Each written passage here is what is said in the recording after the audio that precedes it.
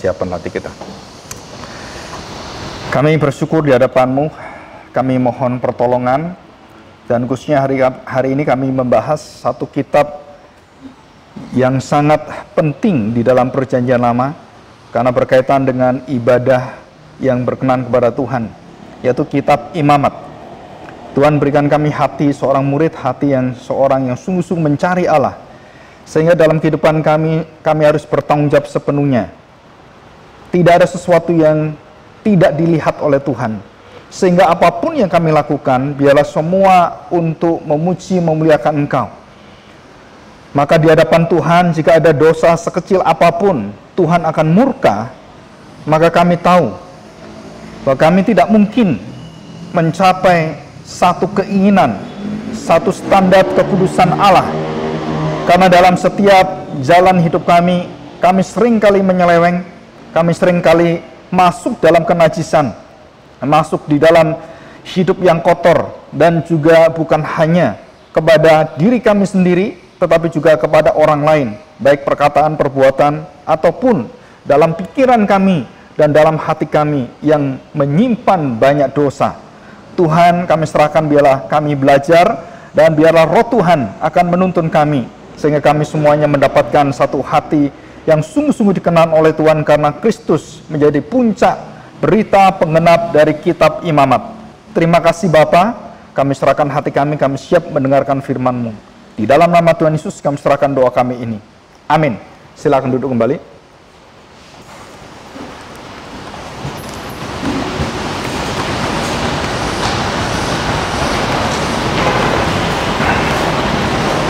Ya, sebentar ya, ini tadi ada yang hilang.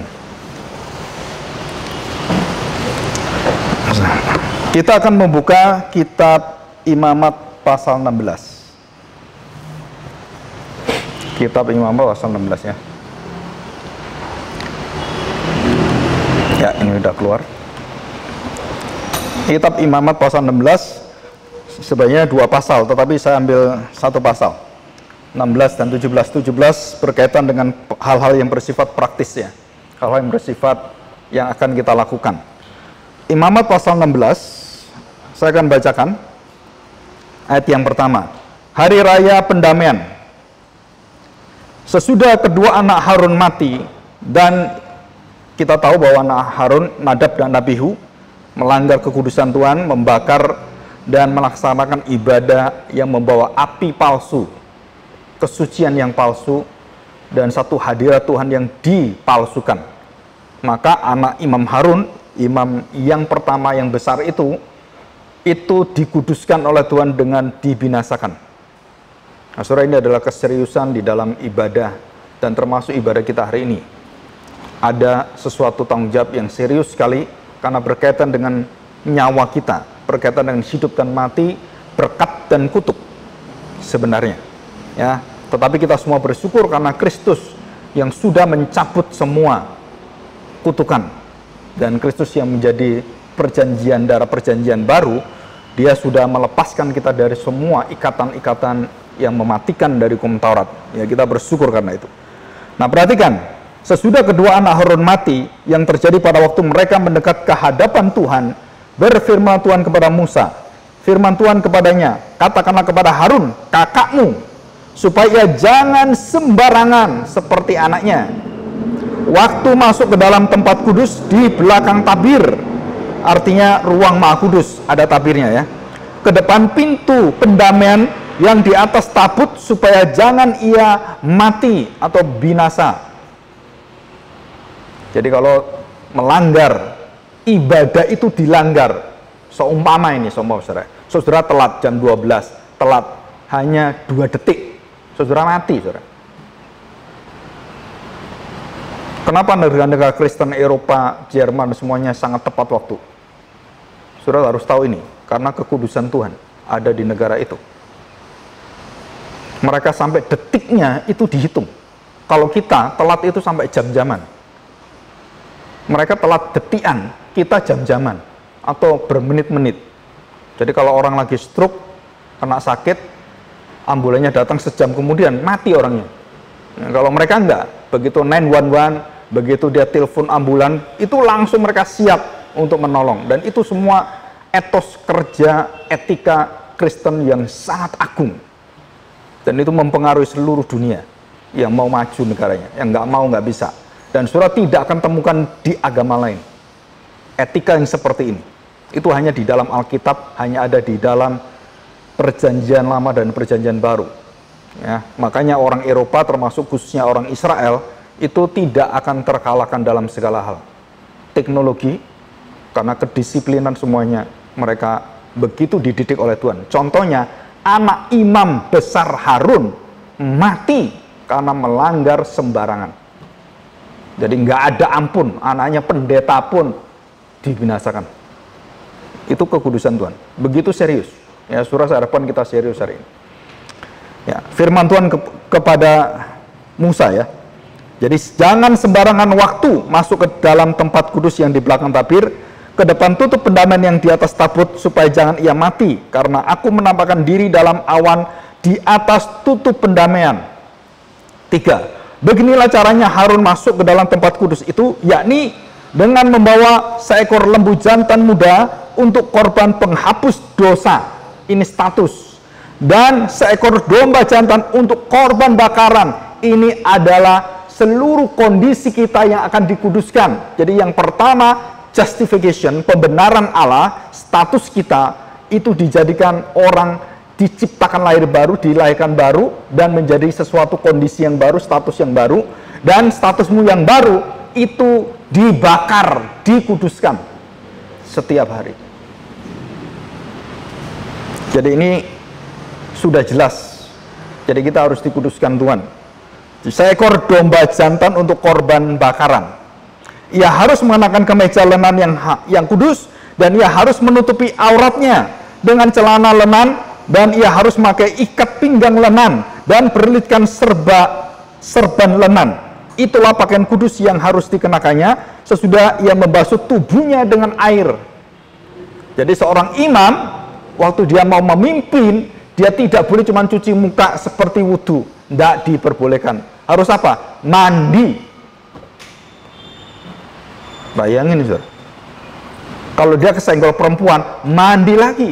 Kesenggol ayam, anjing, mandi lagi dia. 7 kali sehari, ya mandi 7 kali.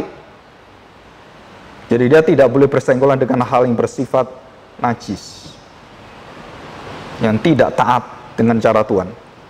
Saudara, saya kalau sekarang jadi imam seperti itu, mungkin saya mikir juga ya.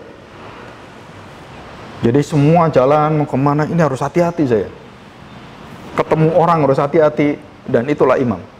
Ya, kondisinya sangat diseleksi oleh Tuhan dan dipisahkan.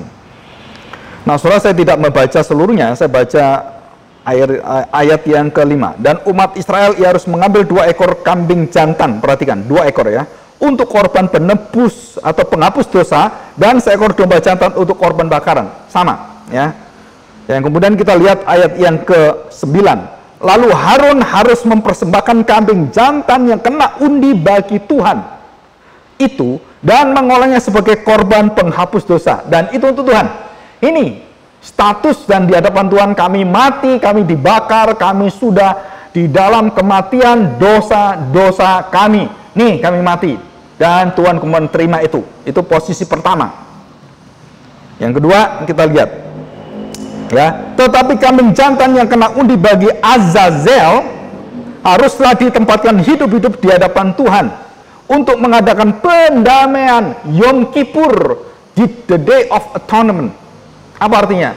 Hari raya pendamaian setahun sekali, dan dipimpin oleh imam besar yang diseleksi begitu ketat, dan yang diperbolehkan masuk itu hanya imam yang dinilai yang paling puncak tertinggi, yang paling suci, kudus, taat, dan tidak boleh sembarangan. Dan itu harus diselidiki oleh imam yang lain. Wah, luar biasa, saudara. Saudara, hidup yang disiplin seperti ini sangat tidak mengenakan. Tetapi kalau mau hidup kamu berbahagia tanpa disiplin, omong kosong. Kebahagiaan tanpa disiplin itu omong kosong. Ya, di sini. Dan dipersembahkan kepada Azazel. Apa Azazel? Saudara, ada perbedaan Azazel dan Azazil. Azazil itu artinya Lucifer. Azazel artinya Allah Maha Tegak. Allah Maha Berdiri, tidak tergoyahkan. Itu Azza. El itu Elohim. Jadi diberikan kepada Tuhan yang tegak dan tidak menerima dosa. Dia tidak berkompromi, dia tidak bergeming. Dan Allah adalah Allah yang tidak mau lihat dosa lagi. Dan kambing itu harus ditendang, diusir, dibuang jauh-jauh, sejauh timur ke barat. Mazmur 103 ayat 12. Dan ayat itu adalah ayat yang berkaitan dengan Ibrani ini, saudara. Kambing ini, kambing Azazel atau scapegoat. The goat of removal, the goat of exile. Kambing yang dibuang. Apanya kambing dibuang? Kambing itu diumpamakan bahwa inilah dosa-dosa kita, dan semua salah kita itu dibuang ke kambing ini, dan kambing ini dibuang jauh-jauh, sejauh timur ke barat. Ya, nanti kita bahas sedikit ya tentang artis jauh timur ke barat kalau kita sempat. Oke, kita lanjutkan ya. Dikatakan di sini, tetapi kambing jantan yang kena undi bagi Azazel haruslah ditempatkan hidup-hidup di hadapan Yahweh Tuhan untuk mengadakan pendamaian, lalu dilepaskan bagi Azazel ke padang gurun. Harun harus mempersembahkan lembu jantan yang menjadi korban penghapus dosa baginya sendiri. 1. Dan mengadakan pendamaian baginya dan bagi keluarganya. 2. Ia harus menyembelih lembu jantan itu, dan ia harus mengambil perbaraan berisi penuh bara api dari atas mezbah yang di hadapan Tuhan, serta serangkup penuh ukupan dari wangi manggihan yang digiling sampai halus, lalu membawanya masuk ke belakang tabir. Kemudian ia harus meletakkan ukupan itu di atas api yang di hadapan Tuhan, sehingga asap ukupan itu menutupi tutup pendamaian yang di atas hukum Allah, supaya ia jangan mati. Walaupun sudah disucikan, sudah ditebus dosanya, waktu menghadap tutup perdamaian, Tuhan tetap tidak terima imam. Kenapa? Dia tutup dengan kemuliaannya, dan Harun tidak bisa buka itu. Sampai seperti itu. Dan siapa yang berhak membuka tutup pendamaian? Darah Kristus. Jadi perjanjian lama selamanya tidak diizinkan untuk melewati tutup pendamaian. Lambang dari Kristus. Di salib itulah Kristus membukakan, dan tabir bait suci yang bertahun-tahun, ribuan tahun tertutup itu akhirnya dikoyak oleh Tuhan. Dan barulah bukan dari kaki menuju kepala, tapi dari kepala menuju ke kaki. Dan itulah keselamatan kita. Bukan dilakukan dengan usaha manusia, tetapi dengan anugerah kepala Yesus. Barulah kamu dijalankan sampai ke kakinya. Dan itulah iman Kristen. Iman Kristen bukan saya diselamatkan karena saya melakukan perbuatan baik, karena saya beribadah, karena saya berpuasa. No. Karena Kristus mati bagimu. Tanpa jalan itu, tidak ada gunanya kamu 1000 kali, 1.000.000 kali jongkok, berdiri jongkok, nggak ada gunanya. Semua ritual itu di hadapan Tuhan menjijikkan. Tanpa tanda perjanjian menunjuk pada Kristus. Ya. Nah, kita lihat ini. Lalu ia harus mengambil sedikit dari darah lembu jantan itu dan memercikkannya dengan jarinya ke atas tutup pendamaian di bagian muka, dan ke depan tutup pendamaian itu harus memercikkan sedikit dari darah itu dengan jarinya 7 kali. Ya, arti 7 kali itu adalah angka kesempurnaan. Semua ciptaan berkaitan dengan 7 hari. Nah, terus kemudian kita lihat ayat yang ke-15 ya. Dengan demikian ia mengadakan pendamaian bagi tempat kudus itu karena segala kenajisan orang Israel, dan karena segala pelanggaran mereka, apapun juga dosa mereka, demikianlah harus diperbuatnya dengan kemah pertemuan yang tetap diam di antara mereka di tengah-tengah segala kenajisan mereka. Seorang pun tidak boleh hadir di dalam kemah pertemuan bila Harun masuk untuk mengadakan pendamaian di tempat kudus sampai ia keluar setelah mengadakan pendamaian baginya sendiri, bagi keluarganya, dan bagi seluruh jemaah orang Israel. Ya. Kemudian ia harus pergi keluar mezbah yang ada di hadapan Tuhan dan mengadakan pendamaian bagi mezbah itu. Ia harus mengambil sedikit dari darah lembu jantan dan dari darah domba jantan itu dan membubuhnya pada tanduk-tanduk mezbah sekelilingnya. Kita lihat ayat 19. Ayat 19, kemudian ia harus memercikkan sedikit dari darah itu ke mezbah itu dan dengan jarinya 7 kali akan mentahirkan serta menguduskan dari segala kenajisan orang Israel. Ibadah kita itu ini, saudara. Ada 3 hal penting dalam ibadah. Nanti saya bahas. Setelah selesai mengadakan pendamaian bagi tempat kudus dan kemah pertemuan serta mezbah, ia harus mempersembahkan kambing jantan yang masih hidup. Dan Harun harus meletakkan kedua tangannya ke atas kepala kambing jantan itu, scapegoat, the goat of removal, Azazel, yang tadi dikatakan, dan mengakui di atas kepala kambing itu, di atas kepala kambing, segala kesalahan orang Israel dan segala pelanggaran mereka, apapun juga dosa mereka, ia harus menanggungkannya semuanya, dilemparkan ke kambing jantan itu. Bukan berarti nanti kambing-kambing masuk surga, karena dia yang berjasa menanggung dosamu. Saya percaya tidak ada kambing di surga, karena surga bukan tempat binatang. Surga tempat manusia yang kudus. Jadi di surga jangan cari binatang.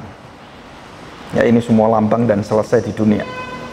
Dikatakan di sini, dikatakan segala pelanggaran mereka, apapun juga dosa mereka, dan dilemparkannya kepada kambing itu, menanggung semuanya itu ke atas kepala kambing jantan itu, dan kemudian melepaskannya ke padang gurun dengan perantaraan seseorang yang sudah siap sedia untuk itu, dan dibawa diusir semua.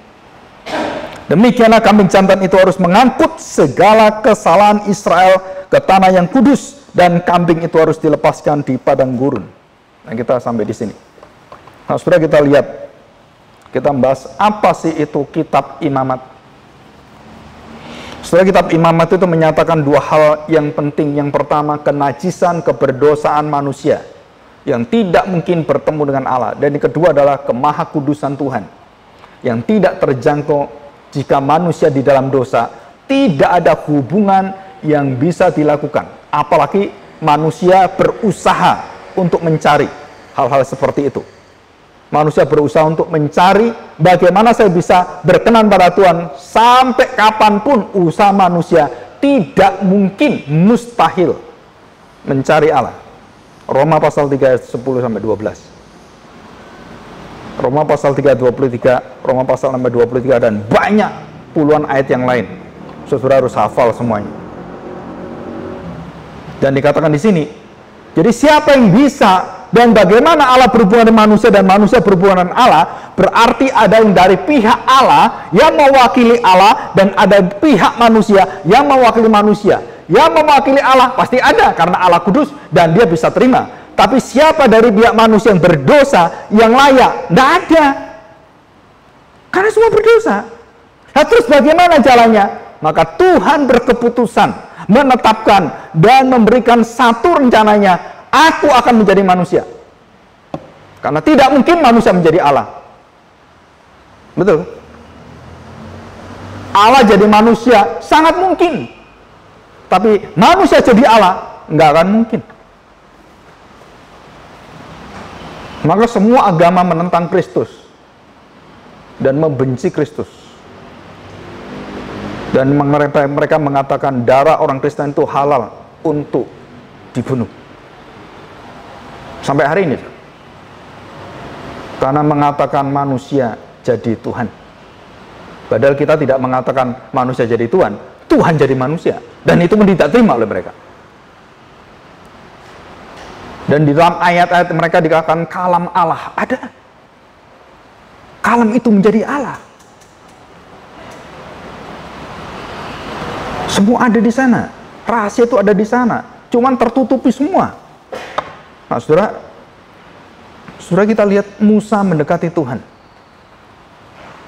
Dan Tuhan mengatakan, jangan kamu mendekati aku. Dan itu bukan Tuhan yang hadirat Tuhan yang betul-betul hadirat dia yang yang tak terbatas. Dia membatasi diri untuk bertemu dengan Musa. Bayangkan membatasi diri pun kamu masih nggak layak. Maka Tuhan Yesus mengatakan, tidak ada seorang pun yang pernah melihat Bapa, berbicara kepada Bapa, dan tahu hadirat Bapa, dan melihat wajah Bapa. Nggak ada, saudara. Dan hanya Anak yang bisa.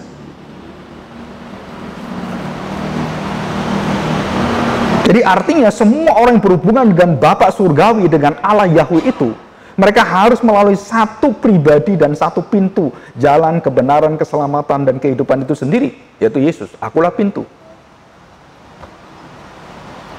Saudara, Musa waktu mendekat, jangan kamu mendekat, semua tempat ini kudus. Lepas sandalmu. Dilepas langsung. Saudara, bayangkan standar Allah itu, kamu dekat aja, kamu nggak bisa, lepas dulu sandalmu. Apalagi Musa kepingin tahu wajah Tuhan. Tuhan, aku ingin tahu siapa sih kamu ini sebenarnya. Kalau orang tak lihat bisa, oh ini ada matanya, rupanya, kakinya, ada semua. Oh binatang tahu, ini binatang, oh ini. Nah Tuhan itu apa? Namamu itu siapa? Kamu dari mana? Kayak bahasa Inggris saja. Where are you going? Where are you? Tanyanya kayak orang interview gitu. Dan Tuhan mengatakan, kamu nggak akan bisa lihat saya.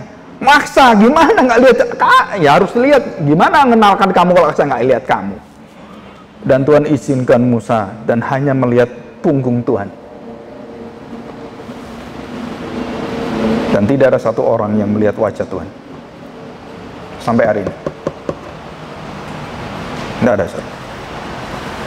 Jadi kalau ada orang mengatakan saya ketemu dengan Allah Bapa dan Allah Bapa berbicara dengan saya, itu hamba Tuhan sesat. Saya bertemu dengan Roh Kudus, terus wajah Roh Kudus seperti istri saya, luar biasa, cantik sekali. Itu pendeta sesat. Roh Kudus tidak pernah berwajah seperti wajah istrimu. Memang istrimu secantik Roh Kudus gitu. Sampai kamu punya nafsu dengan Roh Kudus. Saya ingin mengawin Roh Kudus. Tambah edan, saudara. Ini di YouTube banyak hamba Tuhan yang pada edan semua. Dari mana kamu punya pengertian seperti itu? Itu otakmu nggak waras itu. Itu menyesatkan. Tetapi orang senang, oh iya ya, berarti itu luar biasa pendeta saya ini, dekat dengan Roh Kudus. Sesat juga kamu. Jadi kalau atasnya sesat, jemaatnya sesat, masuk neraka semua. Iya. Tuhan, Tuhan, semua teriak-teriak seperti itu. Tuhan mengatakan, aku tidak kenal kamu. Kamu pembuat kejahatan semua. Kamu itu jahat sekali. Kamu menodai kekudusanku. Saudara, jadi kalau kita lambangkan, kita gambarkan, Allah itu seperti matahari yang punya kuasa yang membakar kamu dan punya kuasa untuk menyelamatkan kamu. Matahari itu kalau kita bisa melihat kebaikan dan positif negatifnya, kita akan tahu. Jadi orang-orang yang dekat dengan kekudusan Allah yang ada dosanya, mati semuanya, binasa semuanya, dan diusir oleh Tuhan. Tetapi orang-orang sudah dibenarkan oleh Tuhan, orang sudah ditebus oleh Tuhan, masuk dalam hadiratnya, penuh dengan sukacita, dan itu kita terima semua nanti di surga. Di surga tidak ada matahari, karena kemuliaan Tuhan menyinari kemuliaan kita. Jangan cari jam berapa ya kita mau ke gereja. Nggak ada di surga ke gereja. Kita berhenti ke gereja, puji Tuhan ya. Coba kalau kita di surga masih ke gereja, susahnya kayak apa kita? Gedenya kayak apa gereja itu? Karena miliaran orang Kristen kan? Di tempatnya di mana? Saudara, karena kita berpikir space and time, batas waktu ruang seperti ini dan semuanya terbatas, saudara. Kita nanti keluar dari batasan ini ke dimensi surgawi, dan itu beda sekali, saudara. Nah, saudara, kalau belajar ilmu dimensi bagus sekali. 1 dimensi, 2 dimensi, 3 dimensi. 1 dimensi semuanya tuh lempeng, garis lurus semuanya.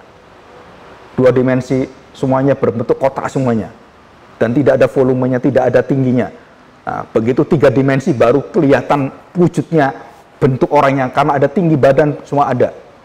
4 dimensi mulai kelihatan di situ, warna-warna mulai ada, dan 5 dimensi sampai ke 7 dimensi. Saudara, kita mengerti Tuhan hanya 1 dimensi, Tuhan 7 dimensi. Beda pikiran Tuhan pikiranmu, jalan Tuhan dengan jalanmu.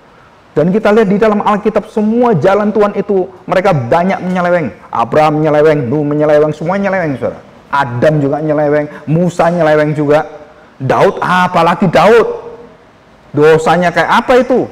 Mandi dosa dia. Salomo, bukan mandi dosa lagi, kecebur dalam dosa dia. Kecebur sumur dia. Nggak bisa bangun-bangun. Dan dia mengatakan hidup semua sia-sia. Dari sia-sia menuju sia-sia. Saudara, ini adalah satu kekudusan Tuhan yang tidak boleh dipandang ringan. Dan itu yang diajarkan kitab Imamat. Semuanya harus cara Tuhan, keinginan Tuhan, kehendak Tuhan, dan semuanya dari Tuhan semuanya. Nggak ada satupun dari manusia. Jadi masuk dalam kondisi hadirat Allah, saudara-saudara harus dibenarkan, dikuduskan, dan dimurnikan. 3 hal ini. Dibenarkan, dikuduskan, dan dimurnikan. Nah, arti gereja kita adalah gereja Puritan, adalah gereja yang dimurnikan. Dan seluruh ibadah kita ini harus semurni-murninya, tanpa unsur yang lain, kita betul-betul untuk Tuhan. Bukan untuk diri saya, bukan untuk talenta saya, bukan untuk saya mau pamer, bukan untuk saya supaya dilihat orang, supaya ada kerjaan di rumah saya nganggur, saya datang ke gereja. Bukan itu, saudara. Engkau sedang dipanggil Tuhan waktu datang ke hadirat Tuhan, itu ada suatu panggilan Tuhan. Mungkin kita nggak bertemu lagi besok. Tiba-tiba kita dipanggil Tuhan salah satu. Tapi pada saat itulah kamu melihat ada ibadah yang melampaui segala batas waktu, dan kamu bertemu dengan Tuhan dan terikat dengan Tuhan seluruh hidupmu. Bukan saat engkau duduk, bukan saat saya berdiri di sini berkhotbah. Seluruh hidup saya itu diikat dengan kekudusan Tuhan. Semua.